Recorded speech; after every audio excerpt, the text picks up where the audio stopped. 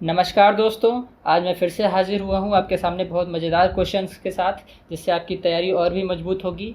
तो शुरू करते हैं बिना किसी देरी के। आज का सेशन बहुत ही इंपॉर्टेंट होने वाला है।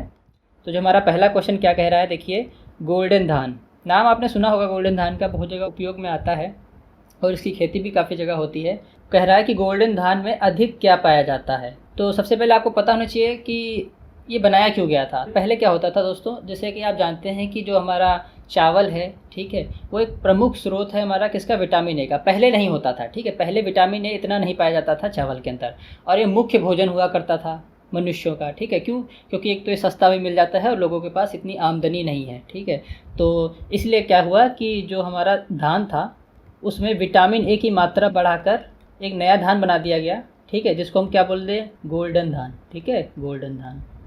तो सबसे पहले आपको पता होना चाहिए कि विटामिन ए के बारे में, ठीक है। विटामिन ए से कौन सी बीमारी हो जाती है उसकी कमी से, और विटामिन ए का साइंटिफिक नाम क्या है। क्यों? क्योंकि एक या दो क्वेश्चन जरूर बनते हैं इससे पेपर में।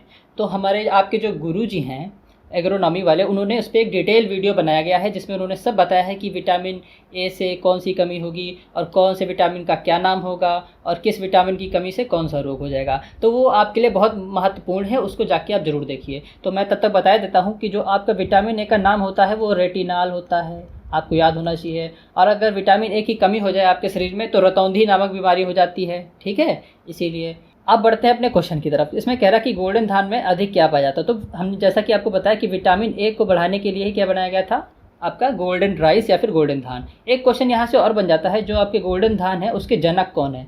जनक को जानते हैं आप, पिता भी कहते हैं, ठीक है। तो मतलब इसको किसने बनाया था। तो इसके जो पिता थे उनका नाम थोड़ा कठिन है, लेकिन आपको याद करना पड़ेगा, इंगो पोर्टिकस, ठीक है, इंगो पोर्टिकस उनका नाम था। तो आपको इतनी चीज़ें मैंने बता दी कि विटामिन ए का रासायनिक नाम क्या होगा, मतलब साइंटिफिक नेम क्या होगा, और विटामिन ए को और जो गोल्डन धान था आपका वो क्यों बनाया गया था और उसमें किसकी मात्रा ज़्यादा होती है। अब अपना अगला क्वेश्चन देखते हैं क्या है। अगला क्वेश्चन कह रहा है, यहाँ से कई क्वेश्चन बनेंगे, मैं आपको सारे क्वेश्चन बता दूंगा। राष्ट्रीय डेयरी विकास बोर्ड कहाँ स्थित है, ये कह रहा है। आप देखिए यहाँ पे एक बात आएगी कि पेपर में जो एग्जामिनर होगा वो आपको हिंदी में लिख के नहीं देगा। यहाँ पर तो इस क्वेश्चन में हिंदी में जैसे लिखा है कि राष्ट्रीय डेयरी विकास बोर्ड कहाँ है, वहाँ पे लिख देगा इंग्लिश में। जैसे क्या लिख देगा, या तो लिख देगा NDDB, मतलब हम आपको बताते हैं इसको अगर हम इंग्लिश में लिखें तो क्या बन जाएगा, नेशनल, ठीक है, डेयरी डेवलपमेंट बोर्ड, ये इसकी इंग्लिश बन जाएगी। अब इसको हिंदी में क्या बोलते हैं, जैसा कि आप क्वेश्चन में लिखा देख रहे हैं, राष्ट्रीय डेयरी विकास बोर्ड, ठीक है। तो ये कहाँ आपका स्थित है, ये आपका स्थित है आनंद में। आपको पता होना चाहिए कि आनंद कहाँ पे है। तो आनंद जो है आपका वो गुजरात में है, ठीक है, याद रखिएगा, गुजरात में।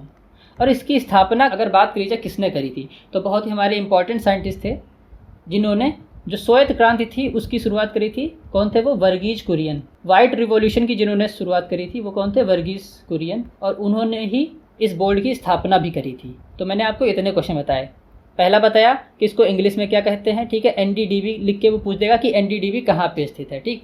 फिर एक क्वेश्चन यहाँ से और पूछ सकता है कि इसकी स्थापना कौन से ईयर में करी गई थी। 1965 में इसकी स्थापना करी गई थी। कौन से साल में, 1965 में। इतनी चीज़ें मैंने आपको बताई।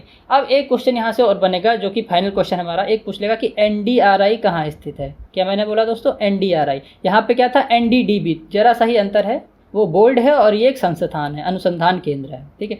NDRI इसका मतलब होगा नेशनल डेयरी रिसर्च इंस्टीट्यूट, मतलब राष्ट्रीय डेयरी अनुसंधान संस्थान। ये कहाँ स्थित है, तो ये आपका करनाल में स्थित है, ठीक है, याद रखिएगा। करनाल कहाँ है, हरियाणा में, ठीक है, करनाल कहाँ है आपका, हरियाणा में। तो इतनी चीज़ें बताइए। NDDB कहाँ स्थित है, गुजरात में, ठीक, और NDRI कहाँ स्थित है, करनाल में। बस इतनी चीज़ें आपको याद रखनी थी इस क्वेश्चन से। अब बढ़ते हैं अपने अगले क्वेश्चन की तरफ। अगला क्वेश्चन भी हमारा काफ़ी इंपॉर्टेंट है। क्या कह रहा है अगला क्वेश्चन, देखते हैं। ये अगला क्वेश्चन कह रहा है कि जीवाणु भोजी विषाणु है। तो सबसे पहले देखिए जीवाणु भोजी का मतलब क्या है।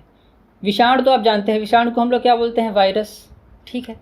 जीवाणु भोजी मतलब जो जीवाणुओं को मारता हो या उनको नष्ट करता हो, उसका मतलब हुआ क्या, जीवाणु भोजी। तो जीवाणु भोजी क्या है, एक विषाणु है। तो यहाँ पे ऑप्शन कौन सा सही हो जाएगा, जीवाणु विषाणु है, मतलब जीवाणु को मारने वाला विषाणु है। मतलब समझे आप इसका, जीवाणु को मारने वाला विषाणु है। मैं आपको एग्जाम्पल के तौर पर समझाता हूँ कि ये कहना क्या चाह रहा है। जैसे आपने देखा है कि अगर आप किसी चीज़ में पानी भर के रख देते हैं तो 3-4 दिन बाद वो पानी ख़राब हो जाता है, उसमें गंदी सी महक आने लगती है, बहुत सारे कीटाणु पनपने लगते हैं जिनको हम बैक्टीरिया भी कह सकते हैं, ठीक है।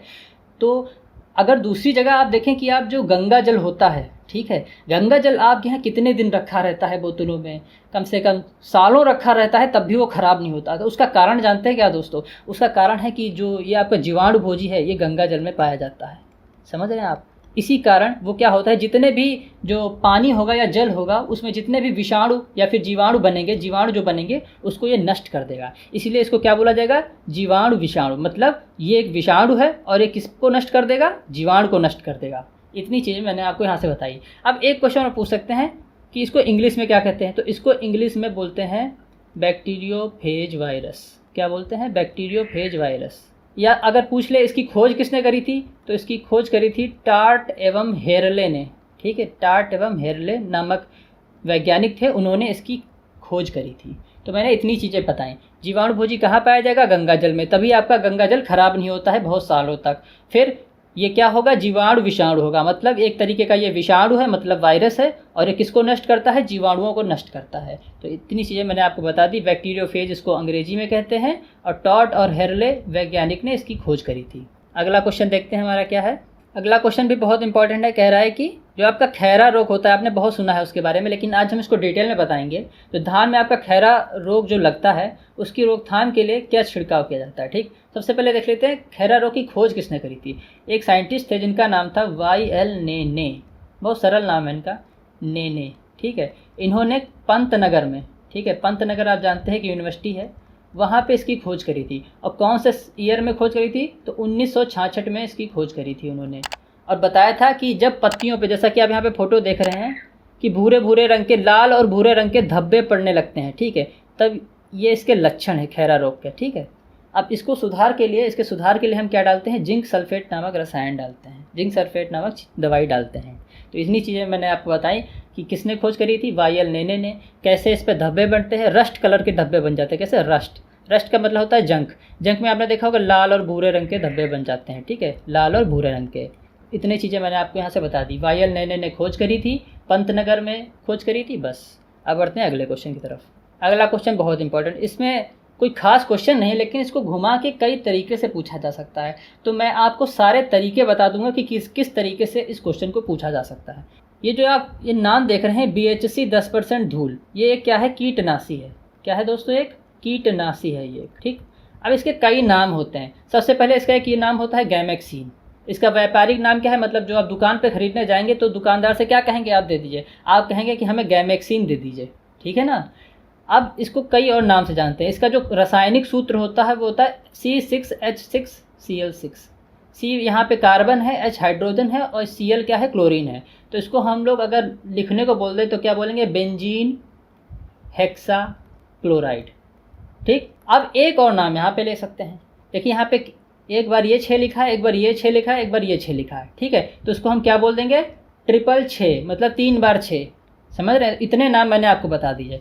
अब एक और नाम दोस्तों, तो आप देख रहे हैं कितना कन्फ्यूजन वाला क्वेश्चन हो सकता है। लिंडेन धूल। ठीक है, क्या बोलते हैं इसको? लिंडेन धूल। जैसे आपने यहाँ पे देखा ना BHC 10% धूल, तो B का मतलब हुआ बेंजीन, H का मतलब हुआ हेक्सा, C का मतलब हुआ क्लोराइड। जैसा कि मैंने यहाँ पे लिखा है बेंजीन हेक्सा क्लोराइड। ये क्या है दोस्तों? एक कीटनाशी है। इसका व्यापारिक नाम क्या है? गैमेक्सीन इसका व्यापारिक नाम है। और नाम क्या है इसका? लिंडेन धूल इसका नाम है। ठीक है, एक और नाम क्या है इसका? 666। तो इतने नाम, 5 नाम हैं इस कीटनाशी के, तो याद रखिएगा दोस्तों। ठीक है, अगले क्वेश्चन की तरफ देखते हैं क्या है। अगला क्वेश्चन हमारा इंपॉर्टेंट है ये भी। फैलेरिस माइनर, आपने नाम सुना होगा काफ़ी। इसको हम लोग गेहूं का मामा बोलते हैं। गेहूं का मामा ये क्या है? खरपतवार है दोस्तों। खरपतवार जानते हैं कि खरपतवार वो पौधे होते हैं जो स्वतः उगाते हैं, जिसकी हमें ज़रूरत नहीं होती है, जो अपने आप स्वतः उगाते हैं और हमारी जो फसल होती है उसको हानि भी पहुंचाते हैं, कि उसकी जो पोषक तत्व होते हैं वो सब ले लेते हैं। इस तरीके से हमारी जो मुख्य फसल होती है उसको पोषक तत्व नहीं मिल पाते हैं। तो ऐसे पौधों को हम खरपतवार बोलते हैं, जो अपने आप उगाते हैं। ठीक है, तो ये कह रहा है कि फैलेरिस माइनर। फैलेरिस माइनर किसका नाम है? गेहूँ के मामा का नाम है। ठीक है, ये इसका साइंटिफिक नेम है या वानस्पतिक नाम है। किस फसल का मुख्य खरपतवार है? तो आपको पता चल गया गेहूं का। लेकिन यहाँ से क्वेश्चन किस तरीके से पूछा जाएगा मैं आपको बता रहा हूँ। तो यहाँ पे पूछ लिया जाएगा जो फैलेरिस माइनर होता है इसका टेस्ट वेट कितना होता है? Test weight. ठीक है, टेस्ट वेट को हम हिंदी में क्या बोलते हैं? इस पर मैंने एक वीडियो बनाया गया है कि सीड इंडेक्स क्या होता है और टेस्ट वेट क्या होता है। आप डिस्क्रिप्शन में लिंक दी गई हुई है, आप वो जाकर देख सकते हैं। तो टेस्ट वेट को हम लोग हिंदी में बोलते हैं परीक्षण भार, ठीक है, परीक्षण भार। इसका मतलब होता है जो आप 1000 दानों का जब आप भार निकालेंगे तो उसको हम क्या बोल देंगे, टेस्ट वेट। और गेहूं के मामा का 1000 दानों का भार क्या होगा, केवल 2 ग्राम होता है दोस्तों, केवल 2 ग्राम। और गेहूं का पूछ ले कितना होगा, गेहूं का होगा 40 ग्राम। समझ रहे हैं आप। और जैसे अगर ये खरपतवार इसको हम बोलते हैं तो हम इसको नष्ट करने के लिए कोई दवाई का छिड़काव तो करेंगे ही। तो इसकी दवाई के लिए हम लोग कौन सी दवाई डालते हैं, आइसोप्रोट्यूरॉन, ठीक है, ये दवाई हम डालते हैं। लेकिन अब क्या हो गया है दोस्तों कि ये जो फैलेरिस माइनर है ये भी बहुत ढीठ आदमी है। इसका कारण बताते हैं क्यों। क्योंकि हम ये दवाई डालते थे, आइसोप्रोट्यूरॉन नाम की दवाई हम डालते थे, लेकिन क्या हुआ कि अब गेहूं के मामा ने इसके खिलाफ अवरोधन क्षमता दिखाना शुरू कर दिया है। मतलब इसका ये हुआ कि अगर आप ये दवाई डालेंगे तब भी ये खरपतवार नष्ट नहीं होगा, तो उसकी जगह हम एक नया रासायनिक जो दवाई होती है हमारे पास वो डालने लगे हैं। उसका नाम है सल्फोसल्फ्यूरान। आपको केवल नाम याद रखने की जरूरत है, बाकी डिटेल में इतना पूछेंगे नहीं आपसे क्वेश्चन, क्योंकि इतना लेवल का है नहीं। ये पूछ सकते हैं आपसे कि इसका नाम क्या होता है, तो आपको याद है फैलेरिस माइनर गेहूं के मामा का नाम। इसका टेस्ट वेट या परीक्षण भार कितना होता है, तो 2 ग्राम होता है, ये भी आपको मैंने बता दिया। गेहूं का कितना होता है, 40 ग्राम होता है। परीक्षण भार का मतलब क्या होता है, 1000 दानों का भार होता है, ठीक है। और इसके लिए दवाई कौन सी डालेंगे, आइसोप्रोट्यूरॉन। अगर ये दवाई काम ना करे तो एक और दवाई आती है जिसको हम क्या बोलते हैं, सल्फोसल्फ्यूरॉन, ठीक है। मैंने आपको बहुत ज़्यादा डिटेल में ये बता दिया, इतना तो आपके काम का भी नहीं है, लेकिन फिर भी मैं चाहता हूँ कि ये हमारे जो बच्चे हैं वो ज़रा सा भी ना चुकें और अच्छी जगह एडमिशन ले जाके। अब बढ़ते हैं अगले क्वेश्चन की तरफ, ये भी इंपॉर्टेंट है। देखिए दोस्तों, जैसे हमारी ये सीरीज़ चल रही है यूपी कैडेट की, जिसमें हम अच्छे अच्छे क्वेश्चंस लेके आ रहे हैं, तो जितना ज़्यादा वीडियो बढ़ती जाएंगे उतनी ज़्यादा जो क्वेश्चन का लेवल है वो बढ़ता जाएगा। पहले आपने देखा होगा कि सरल सरल क्वेश्चंस काफ़ी आ रहे थे, अब देखिए कठिन कठिन क्वेश्चन आना शुरू हो गए हैं। इसका कारण ये है दोस्तों कि खाली सरल क्वेश्चन ही नहीं आते हैं, कि अब कंपटीशन का लेवल इतना ज़्यादा बढ़ चुका है कि अब जो पेपर बनाने वाले होते हैं वो भी आपकी नॉलेज देखना चाहते हैं कि आपने कितनी डीप पढ़ाई करी है। इसलिए देखिए कठिन कठिन क्वेश्चन आ रहे हैं। तो यहाँ पे कह रहा है कि एशिया सब्जी अनुसंधान एवं विकास केंद्र कहाँ है, जिसको हम क्या शॉर्ट में लिख सकते हैं, AVRDC। ए का मतलब हो गया एशिया, ठीक है। वी का मतलब हो गया वेजिटेबल, जिसको हिंदी में बोलेंगे सब्जी। आर का मतलब हो गया रिसर्च, मतलब अनुसंधान। डी का मतलब हो गया डेवलपमेंट, मतलब विकास। और सी का मतलब हुआ सेंटर, सेंटर मतलब केंद्र। तो मैंने आपको पूरा डिटेल में बता दिया। अब ये पूछ ले ये कहाँ स्थित है, तो ये है आपका ताइवान में स्थित। और अगर भारत में पूछ ले कि भारतीय सब्जी अनुसंधान केंद्र कहाँ है, तो भारतीय सब्जी अनुसंधान केंद्र को हम शॉर्ट में क्या लिख सकते हैं, IIVR, मतलब इंडियन, ठीक है। फिर दूसरे वाले आई का मतलब हुआ इंस्टीट्यूट, मतलब संस्थान। वी का मतलब हो गया वेजिटेबल, फिर आर का मतलब हो गया रिसर्च, ठीक है। तो क्या हुआ, Indian institute of vegetable research कहाँ स्थित है, तो यह है आपका वाराणसी में स्थित। वाराणसी कहाँ है, उत्तर प्रदेश में है दोस्तों। इतनी चीज़ें मैंने आपको बता दी कि अगर पूछ ले एशिया सब्जी अनुसंधान एवं विकास केंद्र AVRDC कहाँ स्थित है, तो ताइवान में है। और पूछ ले भारतीय सब्जी अनुसंधान केंद्र कहाँ है, तो एक आपका कहाँ है, वाराणसी में है। तो दोनों आपको पता चल गए। अब इससे अगर क्वेश्चन आएगा तो आपका छूटेगा नहीं। अब देखिए यहाँ से क्वेश्चन बन जाता है कभी कभी कि निम्न में से एक सफ़ेद सोना कहलाता है, ठीक है, कौन सफ़ेद सोना है। तो यहाँ पे ऑप्शन थोड़ा कंफ्यूजिंग वाले होते हैं, क्यों, क्योंकि दूध का रंग भी दोस्तों सफ़ेद होता है, कपास का रंग भी सफ़ेद होता है। तो आप सोचिए कि आप किस पे टिक मारेंगे यहाँ पे। तो हमारा जो सफ़ेद सोना है उसको हम कपास बोलते हैं, ठीक है। और जैसे यहाँ पे ऑप्शन दिया गया है अफीम, तो अफीम को हम क्या बोल देते हैं, हरा सोना, हरा सोना।